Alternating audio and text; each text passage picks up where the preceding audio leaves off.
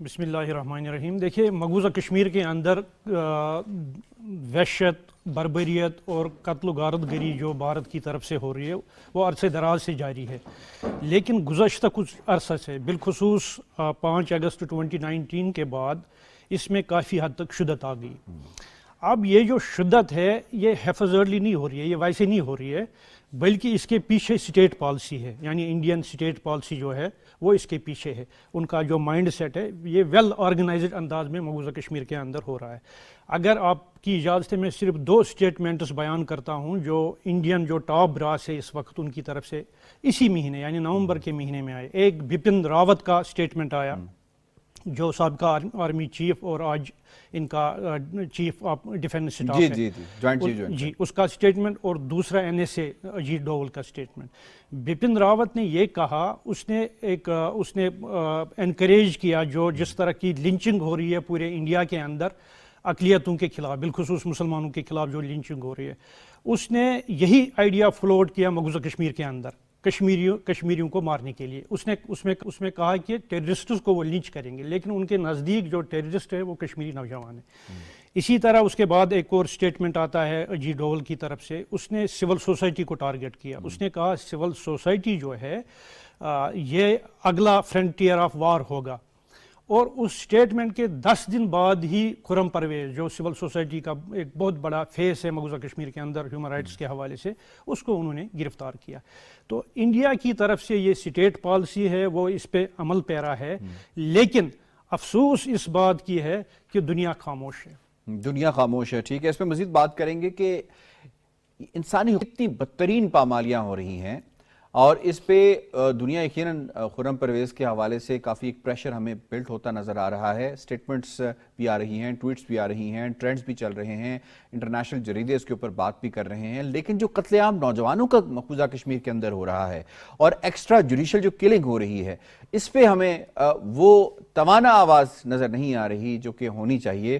مزید بات کرنے کے لیے انسانی حقوق کا جو پہلو ہے، اس کی جو پامالیاں بھارت کر رہا ہے، عتیق رسول صاحب نے ہمیں ٹیلی فون لائن پہ جوائن کیا ہے، ان سے بات کر لیتے ہیں. عتیق صاحب بہت شکریہ، آپ نے ہمیں وقت دیا ہے. آپ یہ فرمائیے گا کہ جتنا ظلم بربریت بھارت اس وقت جو ہے مقبوضہ کشمیر کے اندر کر رہا ہے، انسانی حقوق کی پامالیاں کر رہا ہے، دنیا میں کوئی اور ایسا خطہ ہے جہاں یہ کچھ ہو رہا ہے، اور دنیا کی خاموشی کس بات کی غماز ہے؟ بسم اللہ الرحمن الرحیم. بہت شکریہ یاسر بھائی. انتہائی میں سمجھتا ہوں کہ یہ افسوسناک پہلو ہے کہ انڈیا کی طرف سے اشروں پر محیط یہ جو ظلم اور بربریت ہے، جس کو اس نے مختلف قوانین کے ذریعے پروٹیکشن دے رکھی ہے، اس پر انٹرنیشنلی جو خاموشی ہے وہ انتہائی مایوس کن ہے.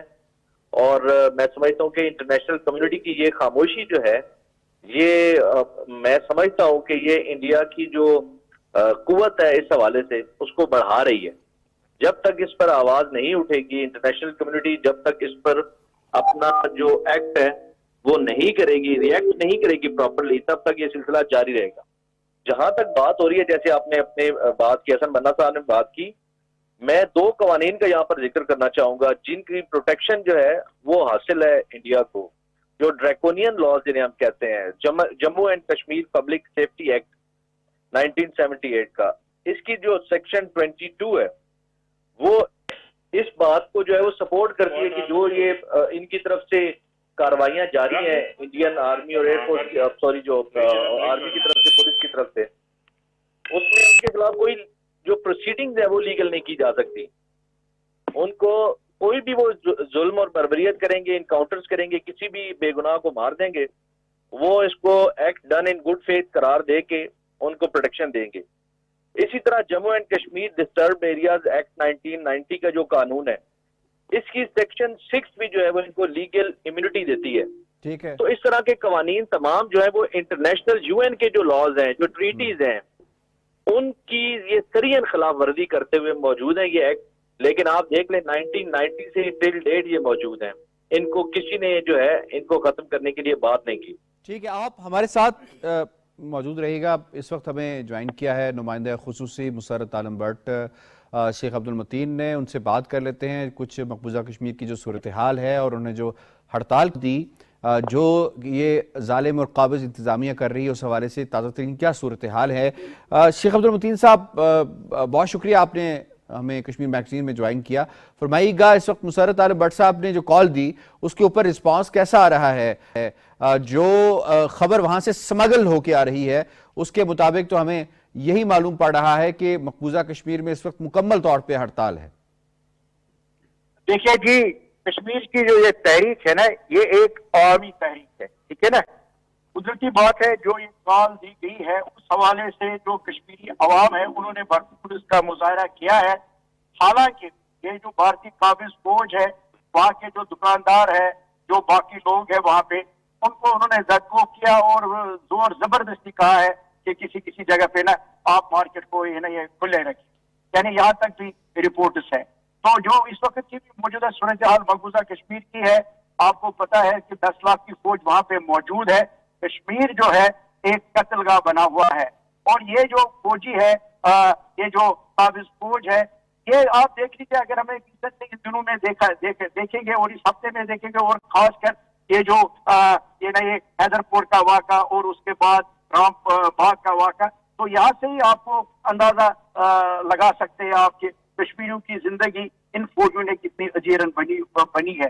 اور اس ماں اور ہماری اس بہن کی جو میڈیا پہ بھی ان کی ویڈیو جو ہے یہ نہ وائرل ہوئی ہے، جس میں وہ کہہ رہے کیا ہم بچوں کو اسی لیے جنتے ہیں، کیا ہم بچوں کو اسی لیے بڑا کرے ہیں کہ جیسے ہی وہ باہر نکلے وہاں پہ ان کو مارا جائے گا. کیونکہ یہی حال ہوا. یہ جو 3 بچے ہمارے ہیں، اس میں منظور بھی ہے، اس میں مہران بھی ہے، اس میں برکات بھی ہے، ہمارے چھوٹے بچے جو کہ ایک گاڑی میں جا رہے تھے، ان کا وہاں پہ قتل کیا گیا. تو اس لیے جو کشمیر کی عوام ہے اور جو ہمارے قائدین ہیں جنہوں نے یہ تحریک چلائی ہے، اس وقت بھی اگر آپ دیکھیں گے ہمارے قائدینوں میں کتنے مبوس ہیں، اس وقت جیلوں میں ہیں. لیکن اس کے باوجود بھی شیخ صاحب یہ بتائیے گا، جو یہ رام باغ والے سانے کے حوالے سے آپ ذکر کر رہے ہیں، ان بچوں کے پاس نہ کسی قسم کا کوئی اسلحہ تھا، نہ انہوں نے کوئی ریئیکٹ کیا، نہ انہوں نے کوئی حملہ کیا. ایون ایک بچے کے حوالے سے تو یہ یہاں تک کہا جاتا ہے کہ اس نے اپنی جان بچانے کی کوشش کی، انہوں نے اس کا پیچھا کیا اور اس کو شہید کر دیا. بالکل آپ کی بات یہ بالکل صحیح ہے. کیونکہ آپ دیکھ لیجئے نا، اگر ہم اس سے پہلے جو حیدر پورہ واقعہ کو لیں گے تو یہ ان کا جو پولیس آفیسر ہے وجے کمار، ان کا دیکھ لیں متضاد بیانات مطلب کتنے آئے ہیں. کیونکہ یہ سب کچھ انہوں نے فرضی بنایا. پہلے کہا گیا کہ یہاں پہ مہمان کوئی مجاہد رکا ہوا ہے، یہاں پہ کوئی تحریکی لوگ ہے. بعد میں کہا گیا کہ پسٹل سے ایک گولی چلی، پھر بتایا گیا AK-47 سے گولی چلائی گئی، پھر بتایا گیا نہیں یہ جو ہم نے کہا ہے یہ سب سویلین ہے. اسی طرح ان بچوں کو آپ دیکھ لیجئے کس طرح انہوں نے بے دردی کے ساتھ ان کو قتل کیا ہے، جو کہ معصوم لوگ ہیں. اور اگر ہم کشمیر کی تحریک پہ نظر دوڑائیں گے، یہ آپ دیکھیں گے 7,000 سے زیادہ ہماری حراستی قتل ہوئے ہیں. آپ دیکھ لیجئے یہ جو وومنز ڈے ہم مناتے ہیں، اور اگر ہم اپنے وومنز کی بات کریں گے کس طرح انہوں نے وہاں پہ ظلم اور جبر روا رکھا ہے. یعنی ٹھیک ہے، خواتین کے حوالے سے بھی ہم بات کرتے ہیں. میں یہاں پہ انوالو کرتا ہوں حسن بنا صاحب کو. حسن صاحب، ابھی جو معاملہ ہے خاص طور پہ یہ رام باغ والا سامنے آیا ہے، آپ یہ اسکرپٹڈ نہیں لگتا سارا معاملہ کہ پہلے انہوں نے جو سکھوں والا معاملہ کیا تھا، اگر آپ کو یاد ہو 2001 کے اندر جب بل کلنٹن نے وزٹ کیا تھا انڈیا کے اندر، اور اس کے بعد پھر اس کی آڑ میں انہوں نے کتنے کشمیریوں کو شہید کیا. اب یہی ایک اسکرپٹڈ ہمیں لگ رہا ہے کہ پہلے انہوں نے دوسرے مذاہب کے لوگوں کو مارنا شروع کر دیا خود سے ہی، اور قاتلوں کا کچھ پتہ نہیں چلا کہ اتنی زیادہ سیکیورٹی 1 ملین سے زیادہ.